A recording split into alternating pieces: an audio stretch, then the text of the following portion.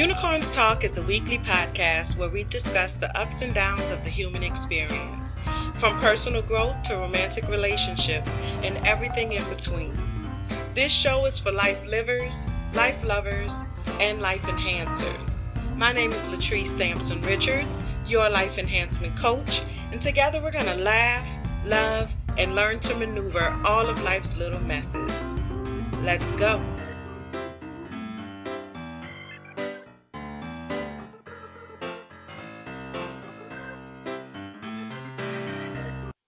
Hey everybody, it's Latrice Sampson Richards here. I am a licensed professional counselor and a certified life purpose and relationship coach for Black women who are ready to heal from their past and build the future that they deserve. And you are tuned in to episode 31 of Unicorns Talk podcast. Thank you so much for tuning in. It's crazy, 31 episodes. I'm still a baby, but still like kind of like a preteen, I feel like, in the podcasting world. But you know, March is Women's History Month, and so every week this month I have been bringing you all great dynamic interviews with some female Black unicorns that are making a difference in their communities or in the lives of the people that they love. And so this week I'm bringing you a very, very special guest. I was like, you know, how can I do a whole month of highlighting Black women who've made an impact on their communities and not highlight the one Black woman that had the most significant impact on my life? That's right, my mama. So y'all have heard me talk about my mom throughout since the beginning of the podcast. I'm always telling y'all what my mama said and little tidbits and things like that. And so today y'all are going to get to meet my mother. She will be my guest and learn a little bit more about her.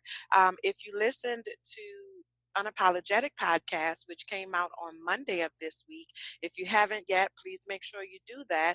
I was the guest on there talking with Jaden Hollywood, and you know, we talked about growing up and the sacrifices that my mom and my dad made for me and my brother and my sister to make sure that we were able to live lives that were fulfilling and also, you know, just set us up for success. And so I'm really excited to give y'all an opportunity to meet my mother today. So we'll get into that in a little bit. This week is actually a really good week. Things are going very, very well. As you all know, the Empower Your Vision Masterclass launches this week. Thursday to be exact. That's March 22nd. And I'm super excited about it. I'm a little nervous, I'm not gonna lie, just because it's a huge moment for me in my career. It's my very first digital product launch, and it's like my introduction to my audience. And so I'm really excited about that. I am so proud of this program, and I'm going to talk a little bit more about that later on in the show, like the specifics of what all is included and everything like that. But so that's what's going on for me this week. It's been crazy, but it's been very rewarding at the same time. And I'm glad I had my mama to talk me off the ledge a couple times, even though she get mad with me because she say I don't have time for her anymore. So without further ado, normally this is when I would do like a bio or something like that, but it's my mama, and so I'm not quite sure like what kind of bio I need to do. So I'm just gonna go ahead and let her introduce herself to everybody and say hi, mama. Hey, mama. Hi. Hi, Trees. How are you? I'm It's a doing. pleasure to be on your show. It's a pleasure to have you on my show, Mother.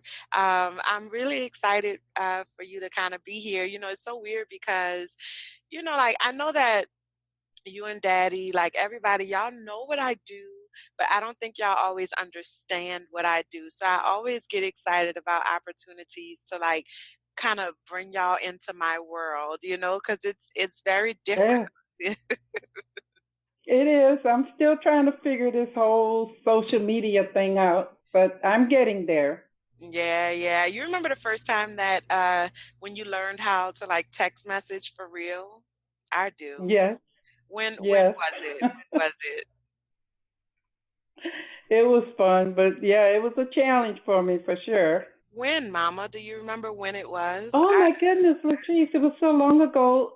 Text messaging, I think it took me a little bit of a while, so it was probably maybe about 15 years ago, 10, 15 years at most. It was right around 10 years ago. You really didn't start like mastering text message until Katrina. And I remember because That's we were, right. yes, because the phone service was down, like, nobody could make phone calls and stuff like that. But the text messaging was still working. And I remember, Sure was. you came over to me and you was like, "Look, show me how to send this message. Show me how to do it." Yes, I did. You're so right about that. Yes, Katrina yes. was a learning experience for all of us.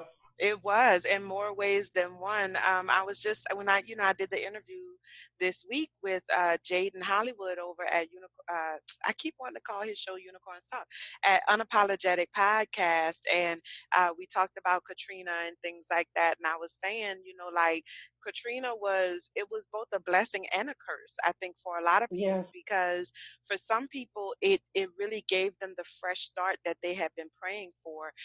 It forced them out of the city and gave them an opportunity to live a different kind of life.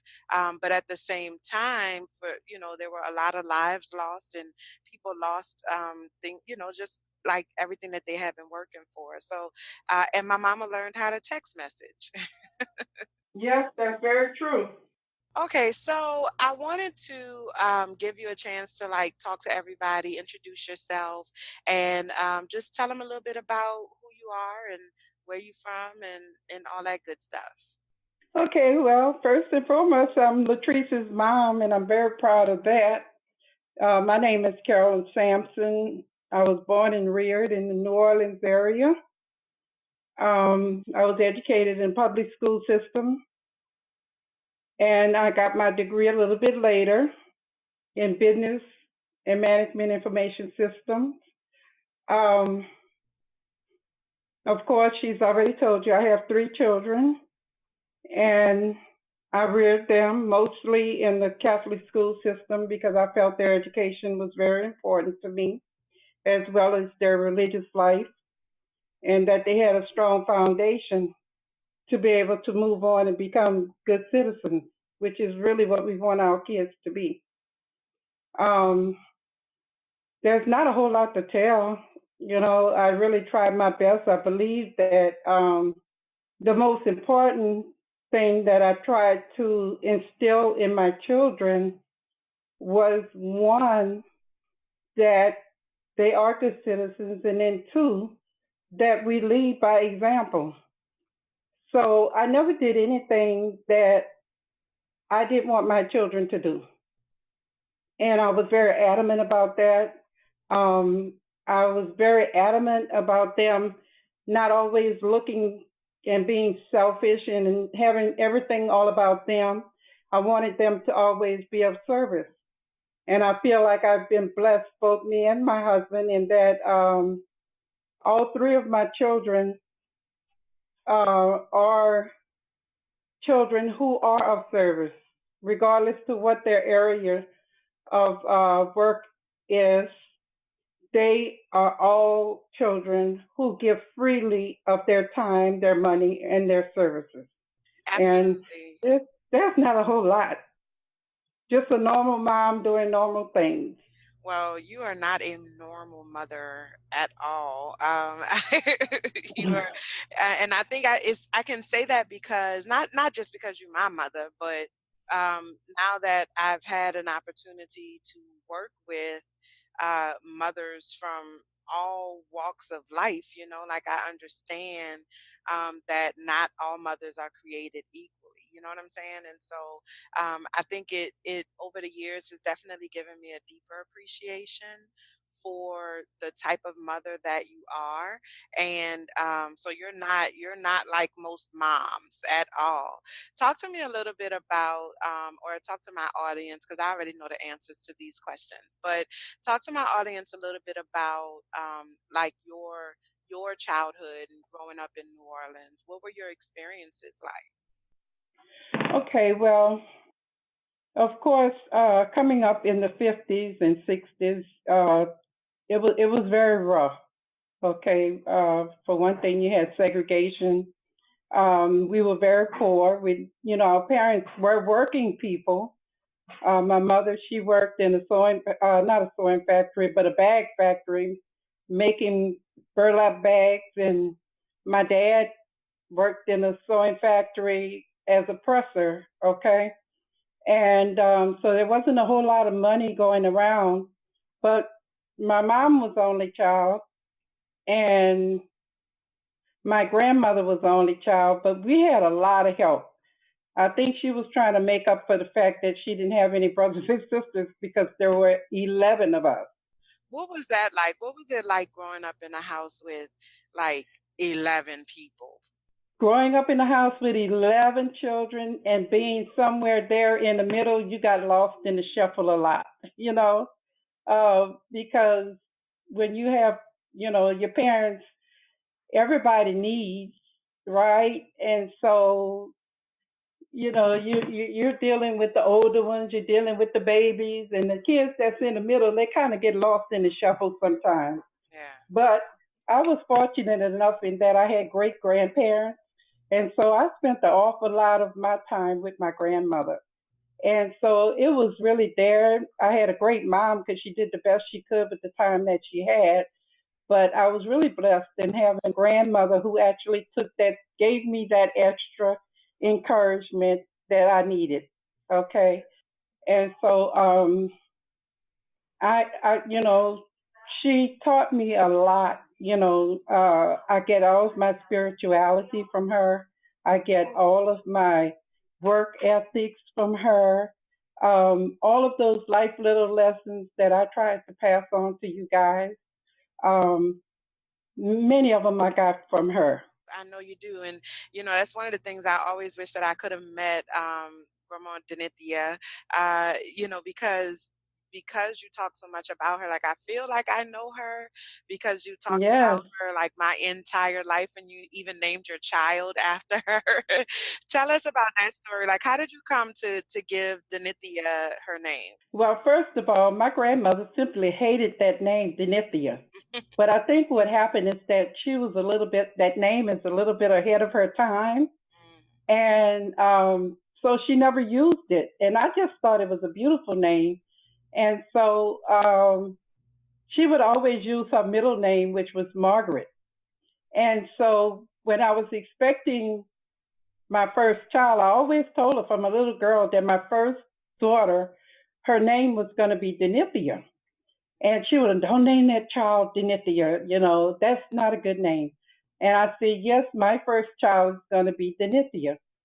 So when I finally got pregnant for the second time, because the first baby, of course, was a boy, and then I had Denithia, so of course I told Grandma, I said, I sure hope this baby is a little girl because I'm going to name her Denithia. But at the time, she was very ill and she was in the hospital. And she kept saying no. She kept shaking her head. And as it turned out, she passed maybe 2 or 3 days before Denithia was born. yeah. And I went on because I had said it. I went on and I named her Denithia. And I just loved the name. But she hated that name. It was just ahead of its time. Yeah, yeah, but I remember you saying like when we was growing up, I remember you saying something like she touched your belly or something like right before she passed or something like that. And Denithia have a birthmark in the same place. Yes, she does actually. She actually does. Uh, she did, and this was actually the day before she passed. I told her, I said, it was getting really close, and for me to have the baby, and I told her, I said, well, I think I'm only going to see you in the morning. I said because I can't come twice a day to see you anymore, because it was specific visiting hours. And so she touched me and she touched my stomach and she told me, no, don't come at all, And yes, Denithia has that birthmark on her stomach, just like, where she touched me. And she died like the very next morning. And had I gone, I would have been there at the time that she passed, you Mm, know. So I believe that she was preparing to make that transition at that time. yeah. That's one relationship that I always wish that I could have had, but I do feel like I had that relationship, like, just through you talking about her, and, like, I feel like if I would, because you and I are so much alike, like, you and I Right. are like, I mean, we look alike, we have the same taste in food, Yes. sometimes the same taste in clothing. Sometimes. Sometimes you be doing a little bit too much, but like, because you and I have so much in common, I always wonder, like, what kind of relationship I could have had with Marguerite, you know? It would have been beautiful because she was that sort of she she had those 11 grandchildren, and of course she only had one daughter, but I promise you it would have been wonderful. I just wish that she could have lived long enough to see where our family is today. Yeah. I can see her now being so proud of you guys. She was very proud of all 11 of her grandchildren, and she was the type that, when Easter came, then we would run to the mailbox, and and everybody had an Easter card. She actually took the time to get a special card for each and every one of us. And so we knew when those cards would come in, or for Christmas, or for her birthday, or whatever, And for the holiday, we knew that we were going to get these little, the older people know what I'm talking about, but we get these little red and green plaid headscarves and a box of cherry chocolates, and that was the most they can do at that time. But to us, it was like she had given us $1 million, Right. you know. So yeah, you would have loved her to death.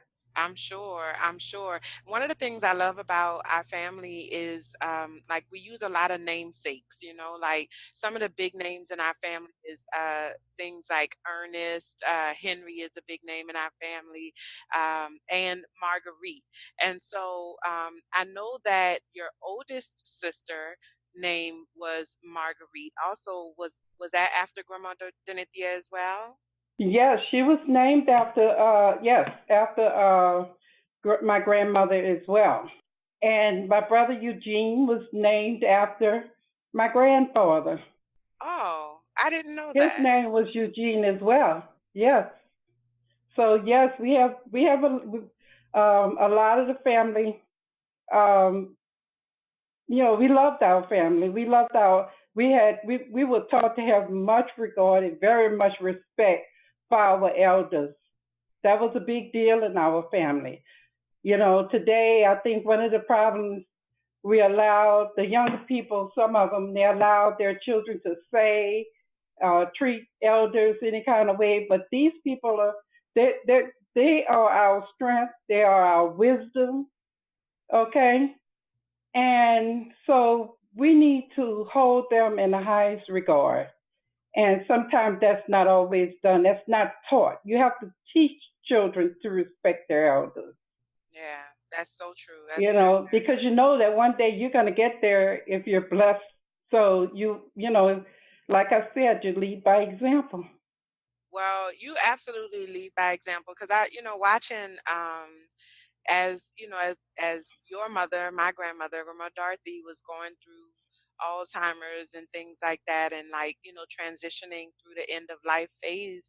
I watched you go up there like almost every day, and take care of her. And she used to come, well, she lived with us for a large portion of time, and she lived with, like, Auntie Adrian and Auntie Jackie, and like, everybody participated in taking care of her. That's right. But the time that she spent in our house is the time that really kind of stands out the most to me, because that's the time that I was actually physically present for.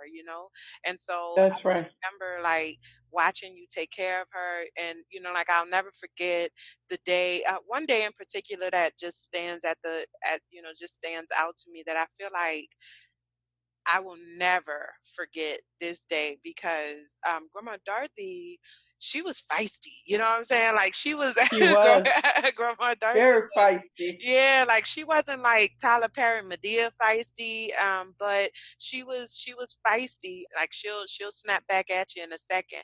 And toward the end of her life, she really became she was still feisty, but she became more feeble and she became more dependent, you know, and Yes. that's just the cycle of Alzheimer, and that's kind of what happens. And I remember one day, you know, she was having a rough day. It was just a bad day, and you know, she had some incontinence issues, and I just remember, like, you know, watching you go in the bathroom and clean her up, and I just remember thinking in my mind, like, you know, what is that even like to have to, you know, like clean your mother, you know what I'm saying? After, because like Mhm. the same way that she cleaned you and took care of you, you know? So, That's exactly how I look at it. You know, it was just something that needed to be done.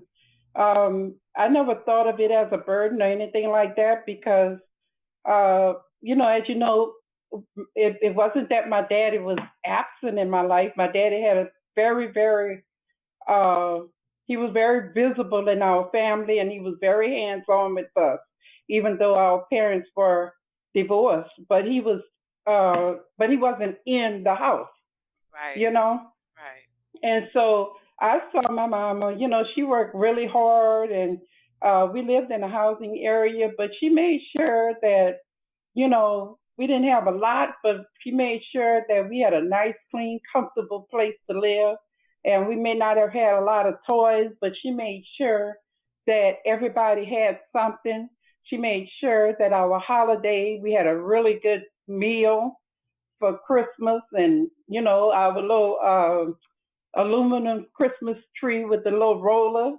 Some of the older folks might know there was like a little floodlight and it just rolled and it, from green to purple or red or whatever colors there were. But she made sure that the holidays were nice for us. right. Okay. And so for me, I grew up watching her and my grandmother do these things.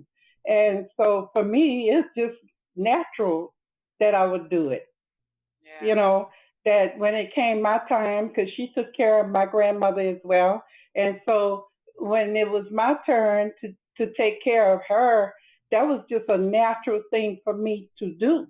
It wasn't, I never looked at it as being a burden. I never looked at it as, oh God, this is what I have to do. I did it because that's what I was taught to do. right. I feel like in my mind, like there's no question about like taking care of you and daddy, like, you know, if and when that time comes, like there's not even a question about whether or not that's something that I'm going to shoulder responsibility for, or that we will shoulder responsibility for, because we saw it happen, you know? So talk to me a little bit about, like, you know, you and daddy and y'all relationship, like how y'all got married and moving to Germany and things like that. Like, how did we end up in Marrero? How That's did the we end question. up in Miller? Yes. How did we end Okay, up in well, Marrero? okay, well, first of all, I met your dad, your dad's friend, your godfather, Mac, and my best friend, Felicia, were dating. And so we were often in a position where we would like go out a lot together, but we weren't really dating each other. We were kind of put together by default. Okay. Okay. So as time went on, though, Melvin came to me and we went out, and he told me, he said, we've been friends now for about 2 years. I said, yeah. I said, we are very good friends. He said, well, that's the problem. I don't want to be your friend anymore. You know, I want more than that. And I was kind of surprised because I liked him, but as a girl during those days, you weren't going to, you know, approach a guy about anything like that. And so we just started dating and we got married. He went to the military and he came home on leave and he told me, he said, you know, he said, I really don't like the idea. He said, I have another year or so in Germany. He's saying, I really don't like the idea of leaving you here. He said, I think I'm going to tell your parents that we're going to get married. I said, well, okay, and I'm just sort of bobbling along there. And being young, we got married. And it wasn't until How old were I you was when on, how old were you when you got married? I was 19 years old when we got married, and Melvin was 21. And so it wasn't until I was on the plane on my way to Germany, and I had never left home before, that I realized, oh my, I'm married to this man and I'm on my way completely out the country and I have absolutely no family at all. Right. So I was very intimidated by that. But of course, your dad was a really good guy and he took very good care of me while I was there. And so I think that was the best time of our lives, when we were out there, because we were stuck with each other whether we wanted to be or not. Right. And so it was there that we did a lot of growing up, because having never left Louisiana or Mississippi, we were able to explore Europe and explore the world and see what the rest of the world was doing that we were not doing or we were not exposed to in Louisiana. Yeah. We got to meet people from all over the world and from all states in the Union, and with all these people with different ideas. And so, of course, when we came back home, we were just full of ideas. And we're like, well, look, and we're telling our family and our friends and everybody, because we were so excited about all that we had learned when we were over there. And so when we got here, we put those things that we had learned into action here. Okay. And so we just sort of,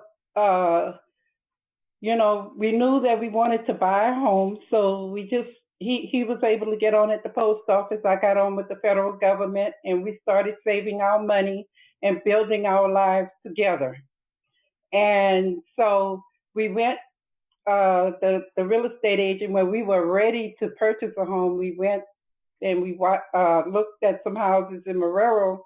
When we went in there, the lady told us that there were no houses. But it just so happened that the agent that was working with us, he was a lawyer as well. And so okay. He said, so you have no lots available? They said no. And he asked the lady if she was familiar with the fair housing laws, and she said yes. And so he said, well, come on, Mrs. and Mrs. Sampson.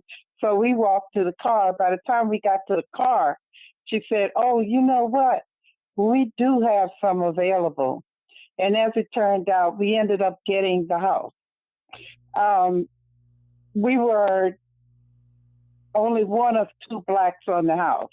What was it And like for y'all? Like, what was it like for y'all being a young family? Because at this point, you're both still under 25, right? So yes, what was it like for you being a young black family, one little, little black kid, little black baby boy with y'all, and like buying a home and being in really what was kind of like a new world for you? well, it was exciting, yes, because we did something that we never imagined that we would be able to do.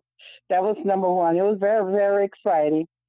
And our friends and family were excited for us as well, but this was a huge step for us. Okay. And so we lost a few friends along the way, because at the time, um, like I said, we were trying to tell them all that we learned, and we wanted to share that with them. But they, at the time, not that they were ignorant or anything like that, they just wasn't ready yet. They weren't ready to embrace um, the things that we were telling them, because they just at that point couldn't fathom that at 24, 23, 25 years old, we can own a home, we can have a decent job, we can actually do these things. And so it wasn't so much that they weren't proud of us or they didn't like us. They just really didn't understand what we were doing. Yeah. So what was it about you though that what do you think was different about you that made you be able to wrap your mind around that? Well, both of us had great work ethics. And I've always wanted, that was always my dream, even as a little girl. I knew that the housing project was not where I wanted to live.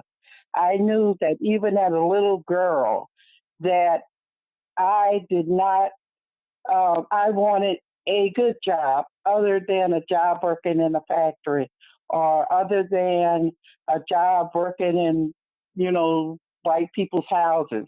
You know, I knew that. Okay. So it wasn't hard for me at all, you know. And I think your father was a very bright young man himself, and he believed and had the same ideals and goals that we did. So it just confirmed when we went over there. We had ideas of how life could be, but when we went overseas and we actually got a chance to see how life was outside of New Orleans, what normal black folk just like us, young black folk just like us, what they were thinking, and what their goals and objectives were. It just confirmed what we believed that we could do already, if that makes sense.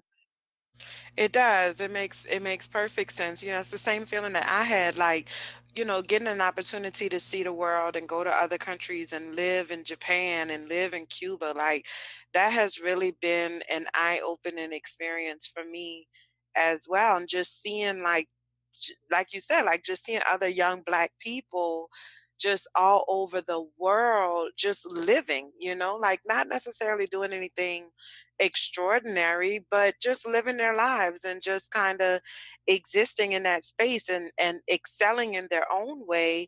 But it was a eye-opening experience all around. So I definitely understand what you mean about that. Talk to us a little bit about, or like talk to my listeners a little bit about what it was like for you in terms of like now seeing me and Denithia and Melvin like be successful and I know that y'all worked very hard and made a lot of sacrifices to make sure that we could have those experiences. So what was it like for y'all witnessing us grow up and experience and like kind of come into our own? Well, it was very exciting for us, and we are very proud because all three of you have gone in three different directions, but all three of you are also very successful at what you do. Okay. And so it means a lot to us because we never looked at it as a sacrifice. We just sort of did what we did. You do what parents do, okay? So we never looked at it as ever being a sacrifice to do things for you guys. We knew that we wanted to raise the bar a little bit, okay? Like I said before, we learned a lot when we went to Germany. And so we definitely knew that we had to, one, make sure that you all had the proper education in place, that you were afforded a chance. And then two, that you had the exposure. You were out there, I made sure that you guys were involved. I made sure that in activities, extracurricular activities, I made education a priority around the house. And so but it wasn't like this big sacrifice for us. We did what we felt that we needed to do at the time that we did it, right? Yeah, absolutely. I think when I say sacrifice, I really just mean like, like it is a sacrifice or it was a sacrifice to like pay for private school and stuff like that. Like I think growing up, people always thought that we had so much money, like people thought we was like rolling, you know what I'm saying? And No, and I used to tell them all the time, no, we no, really not. Like we didn't have like extra stuff, even like outside of school uniforms. Like I always tell people when I got to college, my first year of college, I was looking so chapped running around that campus, not because I didn't have clothes, but I didn't have any kind of trendy clothes, because that's just not what I was used to. Everything I had was summer clothes, because that was all we had, because we wore right. uniforms during the school year. And so I guess when I say, making that sacrifice or that y'all made the sacrifice, I think that's more so what I'm talking about because if y'all, you and daddy, y'all were public service workers, but, y'all made pretty decent money. And if you had not had to pay, however much, $10,000 a year, whatever it was, to put me in private school, then we could have had all of those extra kind of like lavish amenities and things like that. So when I talk about sacrifices, that's the kind of sacrifices that I mean, like, sacrifice a life of luxury in order to like invest that into our education. Yeah, that's true too. But we were happy. We were happy and really, really, really did not look at it like that. Um, we didn't. Yeah, a lot of people thought we were big ballers, and stuff like that. But we weren't. We know about the lights being almost turned off. They weren't exactly turned off, but we stretched the deadlines and we stretched the deadlines on bills and things like that. But at the end of the day, we set priorities. And for us, your education was a priority. Even more than me, I could have had, a bigger car or whatever, a bigger house. But then I may have been sacrificing your education because not always public education can give you what I thought you needed at the time, Right. okay? What you really needed to succeed. So we just didn't want to take that chance. We weren't willing to take that chance. Well, I, for one, am grateful that, that y'all were not willing to take that chance and that y'all put so much energy and effort into just kind of like raising us and taking care of us. And I know that, I know we don't necessarily get to say it often, but I definitely feel like I can speak for, myself, Melvin, and Denithia in saying like we genuinely appreciate y'all for it. Uh, I know that you guys appreciate everything that we did. Yeah, I really do.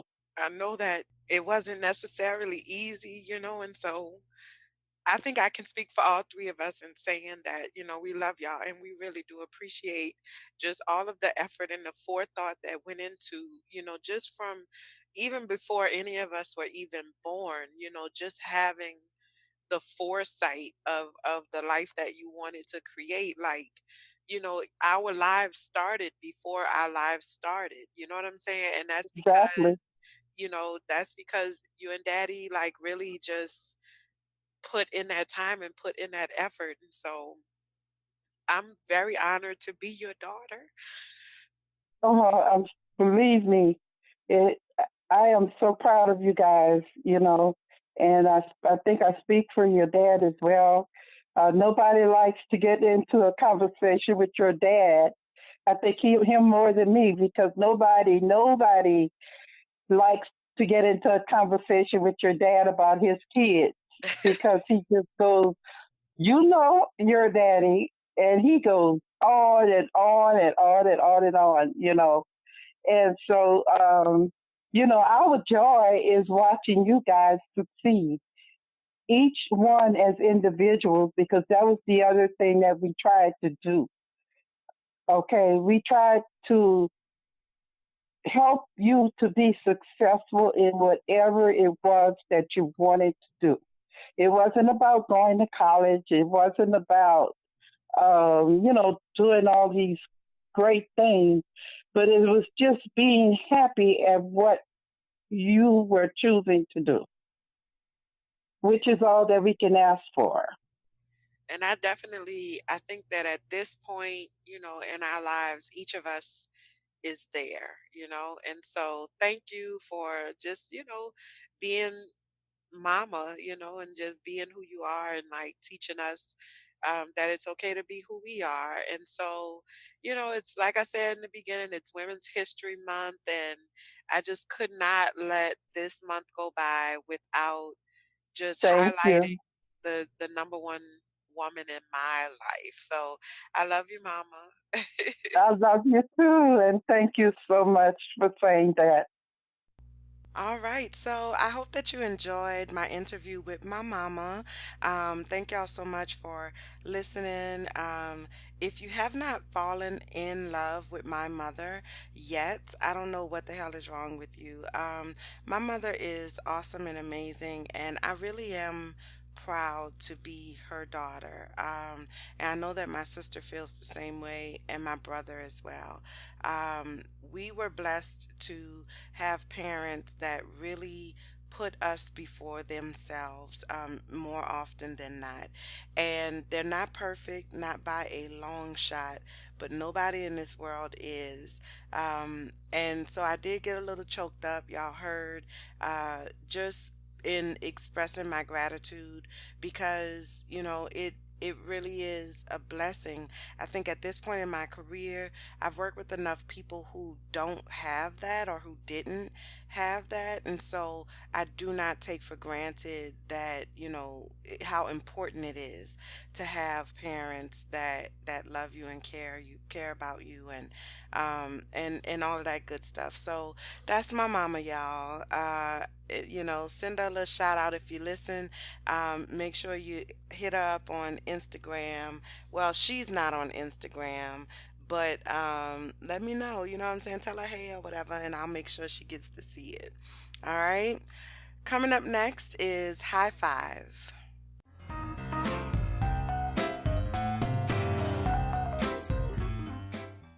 Today's high five goes to none other than, of course, the Black Panther movie. Y'all, this movie just will not quit. So I'm just giving a quick high five today to the Black Panther movie because for the fifth week in a row, they have topped the box office here in America. I read an article earlier today on Forbes.com, which was basically saying like they were not expecting Black Panther to have this long of a run, and so they planned all of these major blockbusters like Tomb Raider and stuff like that for like immediately following Black Panther, and so now it's like causing some problems inside the atmosphere of entertainment, because movies that they were expecting to be number one hits are now playing second fiddle to the Black Panther. So high five to the Black Panther cast and crew and just I mean just all of it, y'all. Like it's amazing, and to us, like those of us who continue to see the movie 5 weeks later, like just high five to everybody involved. And yeah, I think that's pretty awesome and amazing. And so high five, okay? And that's pretty much all the show that I have for y'all today. Um, you know, in terms of announcements, this week, the Empower Your Vision Masterclass finally is actually launching this week. And so I'm super excited about that. It launches officially on Thursday, although my Trust Village members, group members, have 48 hours advance opportunity to claim their spot. The cost is $67.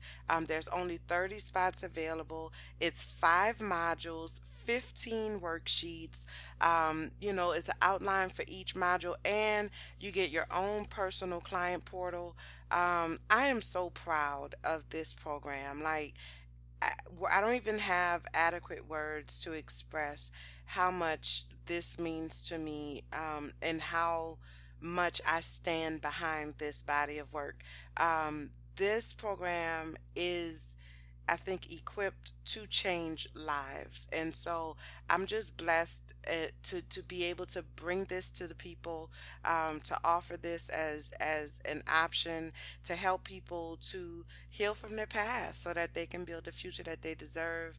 Um, I'm just, yeah, this is a really proud moment for me.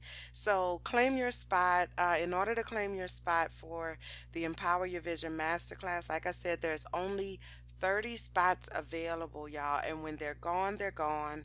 And so so you can go to the website latricesampsonrichards.com backslash empower your vision. That's EmpowHER